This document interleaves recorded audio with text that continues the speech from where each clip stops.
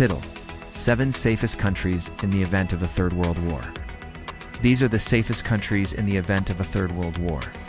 1. Switzerland. Historical neutrality.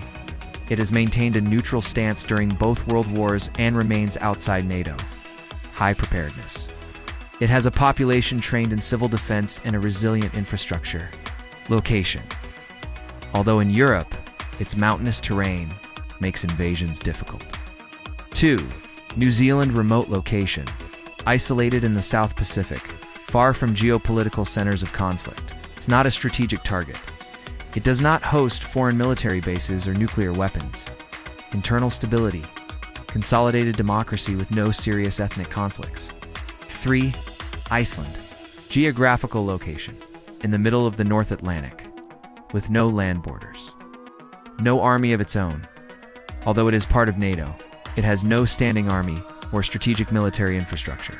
Low population and energy self-sufficiency. 4. Australia's safest areas, its rural interior, such as Alice Springs, or parts of the south, such as Tasmania. It is an ally of the United States, so it could be a possible target if there is war in the Pacific.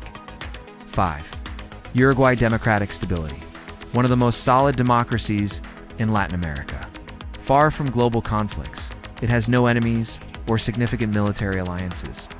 Food self-sufficiency and natural resources. 6. Finland. Although it joined NATO in 2023, it still has a strong territorial defense and is not a priority target. Safest areas, northern areas, far from the Russian border, such as Rovaniemi or Kemiarvi. Advantages: high civilian preparedness, infrastructure resistant to extreme cold. 7. Costa Rica. No army since 1949. Neutral and politically stable. Safest areas: outside the Central Valley, in areas such as Monteverde or the Northern Zone, rich in biodiversity and water. Scribita Mi Canal.